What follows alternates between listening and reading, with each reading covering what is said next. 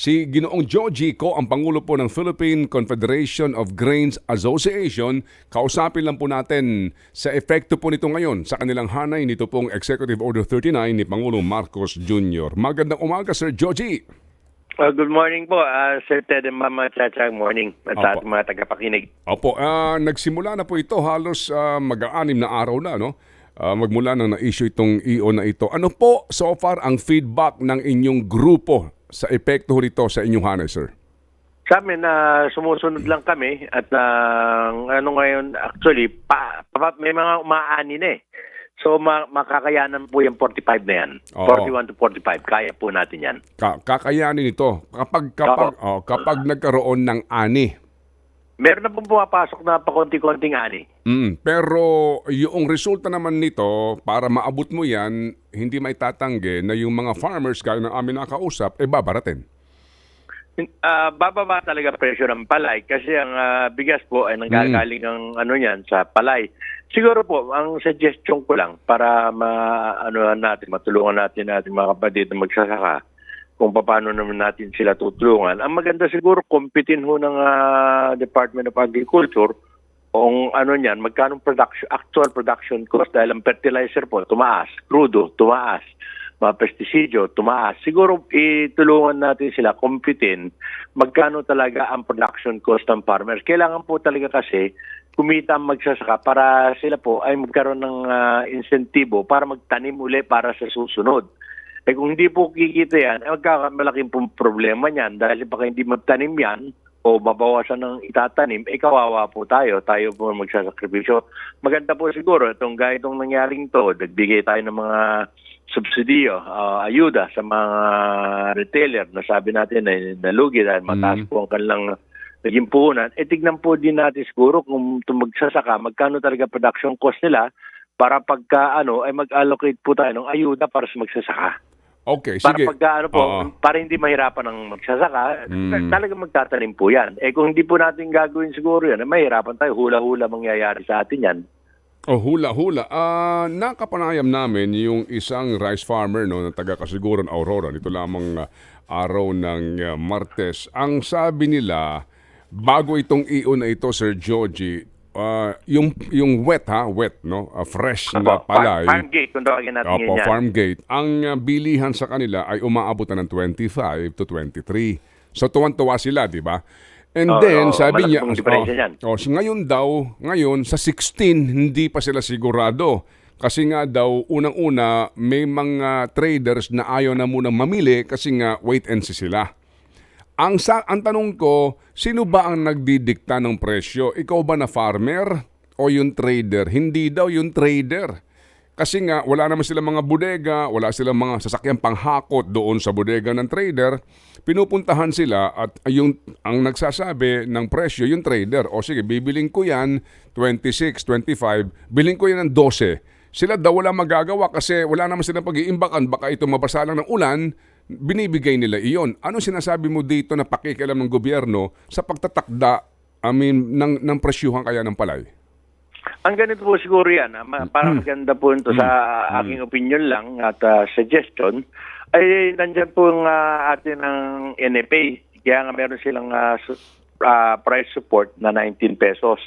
Nang halimbawa po, ang sabi nila mababa yung bilihan ng private sector, ibenta po nila sa NFA. Kung bumibili po ang NFA. Pero ang problema sa NFA, 19 pesos po, kailangan clean and dry. Yun po ang problema dyan, clean and dry. Dati po, anong kaninong panahon yun, inatasan ng NFA, kahit basa, kailangan bilhin nila. Ang problema siguro, balik natin ng gano'n na kahit basa, dapat bilhin din ng NFA. Pero siguro alam nyo na ang informasyon at balita na mismo sa hearing ng Kongreso, ang NFA wala namang perang pambili.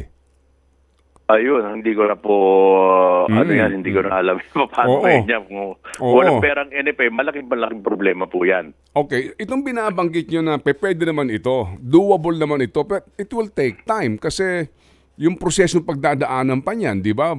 Kasi kung ngayon pa lang tag-ani ngayon, bibili yung trader and then magigiling pa yan, etc. It will take time. And yung binabanggit yung tulong sa farmer na ito, it will also take time, Sir Joji. Siguro po sa tulong ng farmer, madali lang po kasi nakita nyo naman nung nagkaroon tayo ng price cap, nag-ano po kagad ang Kongreso, 2 bilyon, nag-allocate po sila para tulong po sa atin ng mga kasama sa hanap buhay na retailer. Siguro pag natin magkano production cost ng farmer, makakapagawa rin ng Kongreso dahil alam naman siguro ng Kongreso ng ating food security, dependent din po sa ating mga kapatid na magsasaka. Mahirap po yung nakadepende tayo sa import eh. Maganda po magkaroon tayo ng natin na Masagana 99 na nagawa naman natin nung pagkapanahon na ni Ferdinand Marcos Sr. Oo. Siguro yun po ang tingnan natin yung anggulong yon.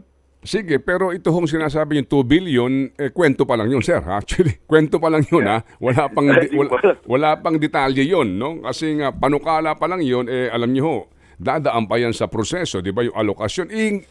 Kahit nga yung pamamahagi ng ayuda, wala pang guidelines, Sir Joji, kung paano maibibigay. Again, ang lahat ng ito ay kakain pa ng panahon. Pero sa ngayon, yung ano ba danger nito? May report kami tinanggap na nagsisimula na yung adulteration. Yung pangamba din ng ilang mga ekonomista na para lang ma-exempt ka sa 45 na cap price, you will declare as premium rice yung bigas na hindi naman premium. Ayun, naman tignan po natin. Kaya kung titignan mo, Sir Ted, ito nangyari. Ang premium, napakarami sa palengke. Kung papansin ninyo, no? Karamihan ng premium is dapat yan, ang maximum na broken mo yan is 10%. Kung lumampas sa 10% ang broken mo, hindi pwedeng sabihin mong premium. So yun po sana ma-check ng NFA, DTI, DA. Ang premium kasi, ang definition yan is the maximum ng broken is 10%. So 90% whole grain, 10% broken, premium mo. Halimbawa, buwagsak na ho ng 85 ang whole grain, 15% ang broken, ay hindi na po premium yan. Yan po, ang inaano yan, considered well-milled lang yan. Hindi na po premium yan. So yun po dapat ang checkin natin. Kasi mamaya yan, 85-15, dineclare ng premium para makalusot po dyan sa 45. Bawal po yan. Ayun nga po. So, sino naman po ang makapag-iisa-isa sa mga tindahan para sabihin na ito ay hindi premium kung hindi regular lang o well-made lang, di ba? Yun nga po, yung anong personnel ngayon dyan. Siguro konsensya na lang ng mga kasama natin sa buhay na retailer na huwag naman gawin yon dahil tulong-tulong nga tayo ngayon dahil sa crisis. Huwag naman, pagsasamantala na po yan pagkaganyan. Sige. Pero Sir Joji, ikaw, di ba ikay pangatlo ng henerasyon dito sa industriyang ito? Apo. So third generation ka na dito. Kabisado mo na itong usapin tungkol sa bigas. Ikaw mismo, kailangan ba ng EO39? Maganda po siguro lang yun. Nung EO39, parang ano yan parang stopgap measure. Kasi dati, yung mga 45 na yan, sa tingin ko kasi nakita nyo na tumaas po ng 33 ang palay sa naalala nyo na siguro 3 weeks ago, biglang tumaas ng 33 ang palay dyan sa bilihan dyan sa Bulacan. Sa tingin ko parang sobra-sobra po ang taas nun Kung 33, ang magiging presyo ng bigas niyan, pinaka-minimum yan nasa 60 pesos bakit naman po magiging 33 ang palay binili, hindi na po farm gate yan Yan naman tinatawag nating inventory price na yan hindi po farm gate Kasi ang mga yan, mga naka-imbak na yan na inani nung Mayo. So tingin ko nakatulong po itong anong ito para yung 45 na yan, actually pag pumasok ang ani, lusot na lusot po yan. Yung 45 niya, sobra po yan. Pag pumasok yung ani. Opo. Pero yung nga, pag pumasok and hindi pa natin din sigurado kung gaano ito kabilis at saka nga, it will also depend again sa pagbebenta ng farmer ng presyong gusto ng trader, no? May mga apo. Sa usapin po ng imported rice, kung papasok ba yung 45 tsaka 41 diyan, I'm sure walang nag-aangkat ng regular meal, di ba? Wala pong nag-aangkat ng well meal. Tama po kayo. Wala pong karamihan po ng inaangkat ng mga imported ay mga premium. Tama po kayo. Karamihan po ng inangkat ay mga premium quality. Sige. So kung titignan nyo po, yung sa mga nasa bodega at mga nilalabas po ng mga imported, ay panay premium. So kung titignan nyo po, para makatulong siguro sa ating ang pag-aralan lang din na kung pwede, pag halimbawa mag-import po sila ng premium, ay maghaluan po ng importation ng well milled lang, yung straight milling para makatulong po para sa masa naman. Oo. Or ipagwawal mo na yung premium. Ang akin lang isang insentibo siguro para sa ating magsasaka para magtanim din ng maayos na binhi, kanilang production, ay pabayaan sa local production ang premium. So ang i-import mo para katulong ka is karamihan dapat niyan is yung well milled lang. Oo, pero Suggestion lang po naman yan, nasa pamahalaan mo natin kung anong gusto nila, no? Pero Sir Joji, kapag sinabi mo na hayaan natin ang produksyon ng premium rice sa local producers natin, ang tanong dyan, meron ka bang gamit para makapag-produce ng premium rice? Dahil yung dinadaanan niya na paggigiling, ibang uri ng makinarya at saka pati nga yung sinasabi mo na grading system para maging premium rice yan. Ang mangyayari po niyan, magbibigyan din, itong bang mangyayari yan, ito ba isang insentibo na rin sa mga ating mga kapatid din ng mga rice miller naman na i-improve nila yung yung makinarya nila sa akma sa panahon natin ngayon na modern technology nang gamitin. So Yes. it gives incentive to the farmers, it gives incentives also to the processors. Oo, pero ngayon nga, ang tanong nga dito, sa ngayon ba... Yun nga, panahon na naman yan. Kasi kayo ngayon, Joji ngayon, sa hanay ninyo, Sir Joji, sa mga nagigiling ng bigas, ilan lang sa inyo ang may makabagong makinarya para yung butil kumintab at hindi mabiyak habang ginigiling? Ang po yan, konting-konti pa lang po dahil wala pong Invest. nag-modernize ng kanilang Karamihan po ng mga milling machines natin dito ay kalumaan pa po ang teknolohiya nito eh. Itong tignan mo parang pa to ng mga kapanahon ng parang post-war technology eh. Kaya kung titiran niyo po, ang ang magandang nga lang po nangyari ngayon, ang isang hanay ng Department of Agriculture, yung PhilMec, dahil may mapumasok tayong mga taxes dyan sa RCEP na yan, ay nag-ano sila ngayon sa mga kooperatiba ng mga modernong teknolohiya. Pero iilan pa lang po yan eh. Pero kung yan po ay mapadami, ay malaking tulong po yan sa ating bansa.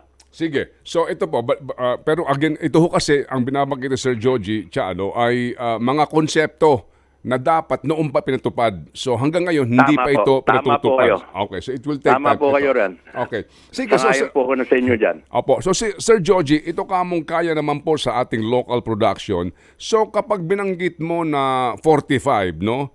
Mga more or less, magkano dapat ang bili ng palay doon? Ang palaya para ang basa, pwede mong bilhin, farm gate, kung tawagin po natin. Farm gate niya, pwede ho hanggang 19 to 20 pesos po yan. Okay. Para ito ay... umabot sa 45 na finished product. Kaya po, para malinaw po ang lahat, hindi po ang trader na nagdidikta, hindi po ang farmer. Ang nagdidikta po yan, prevailing market price po ng final product na bigas. Yan po ang kalakaran, kung magkanong tumatakbong kalakaran ng presyo ng bigas, doon po, backward po ang magiging presyo niyan. Halimbawa, yung 45, i-base mo ngayon yung 45, hanggang magkano po yung magiging presyo ng palay. Kung titingnan niyo po, ang policy ang ganyan po dati, nung NFA o NGA pa, nung dating Pangulong Marcos na senior, ang ginawa po, meron tayong price, ang tawag po natin ng price control. So price control, kaya nga doon ng NFA dati na sinatawag natin na support price, pagka itong bigas na to, halimbawa, yan, nabanggit natin 45, ka ngayon dyan na maganda po yan, pero silent lang kasi ang PD4 na mag-modernize ka para may produce mo itong ganitong presyo ng bigas. So, silent incentive, po yan na-encourage mo na mag-modernize ka para hindi ka malugi. Bilhin mo to. Pag ngayon, ang NFA, Andun po, pagka bumaba ang palay at hindi mo kayang gumiling ng ganyan dahil kalumaan ng iyong teknolohiya, ayan ang NFA, papasok po yan.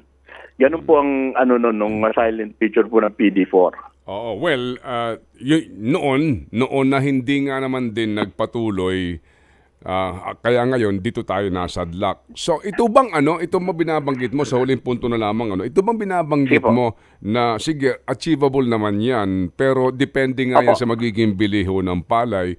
Ano naman ang side effect nito? Kasi may mga farmers naman din na nagsasabi, depende sa lugar yan, na dito sa pagbili sa amin ng 19, no? Ay Target. break even lang kami.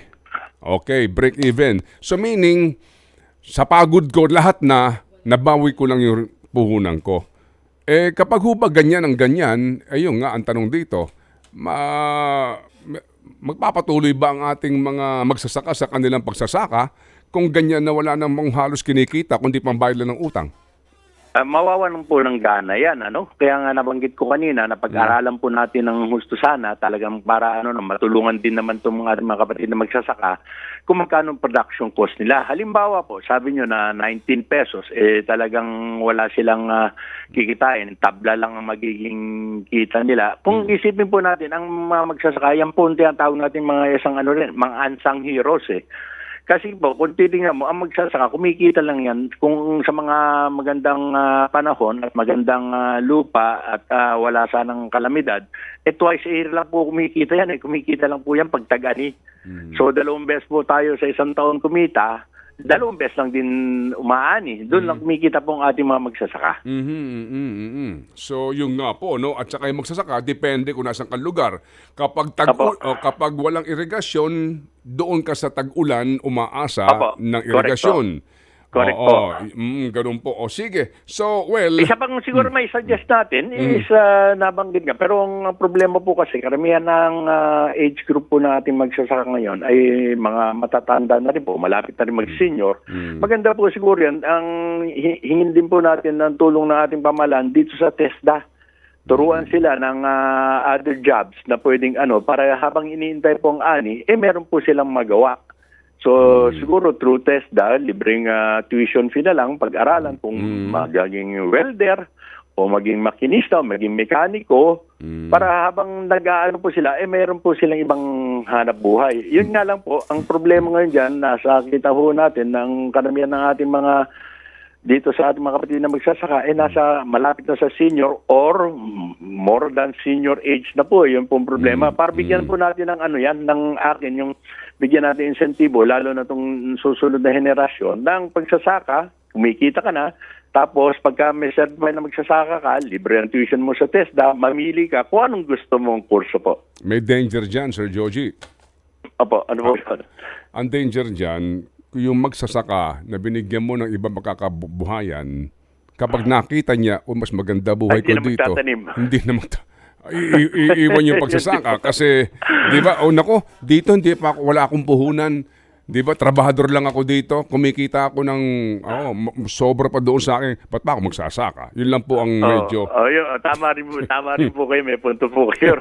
Tama po. Okay. Opo, Sige. Opo, yun po, Opo. opo. Sige, Maganda salamat. po yung Opo. yun. Opo. Pag-aralan po natin lahat ito, magandang natin, talakayan na yan, para mapag-aralan po natin pamahalaan kung paano talaga tulungan ng ating mga kapatid na magsasaka. Opo, salamat po. Kasi ang tulungan po dito siguro is yung sa value chain, tulungan po natin sa lahat ng anggulo, mula magsasaka, sa aming mahanay ng mga rice miller, sa wholesaler, retailer, para wala pong sisihan kung bakit ganito.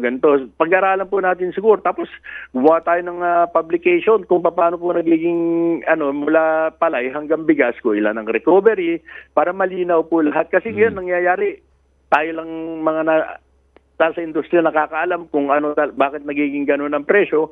Maganda po siguro pag-aralan ng gusto, gumawa ng technical working group, tapos i-publish yan para malaman po ng lahat. Sige po, salamat po na marami, Sir Sige, Joji. maraming Mabuhay salamat po. din po, Sir Ted, at mag-ingat po kayo. Thank you, si Ginoong Joji ko ng PCGA. Ted Filon at DJ Chacha. Ngayon, nasa Radyo 5, 92.3 News FM. Monday to Friday, 6 to 10 a.m.